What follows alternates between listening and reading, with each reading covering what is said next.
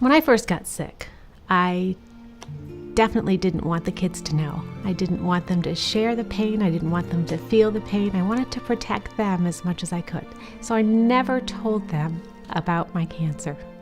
My first memory of working with Sandy was that she was a really dynamic, young, intelligent woman, and she was terrified. When I first found out I had cancer, we looked into many options. We looked into the bigger cities that have known cancer centers, and we looked into the resources that were right here in Bennington.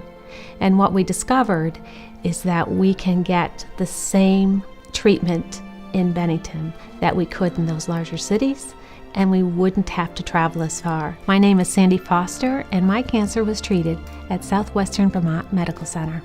I know, coming from a small environment in a small school, that you get individualized care when you have a smaller caseload.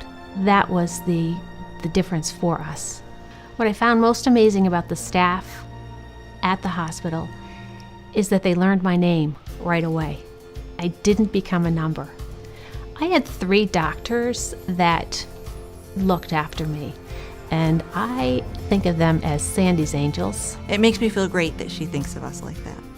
Sandy always came in with great questions. She was very involved in her health care, and it's very important for us to know that patients are comfortable with the treatments that they're undergoing, and they know how to manage issues that come up during treatment. Being in a place like this where it's a small community and the patients are close on a level, not just being patients but members of the community, you do want to go the extra mile to make patients feel cared about, not just as patients but as the people who they are. But that's the good part of practicing medicine. I mean, that's what makes it rewarding.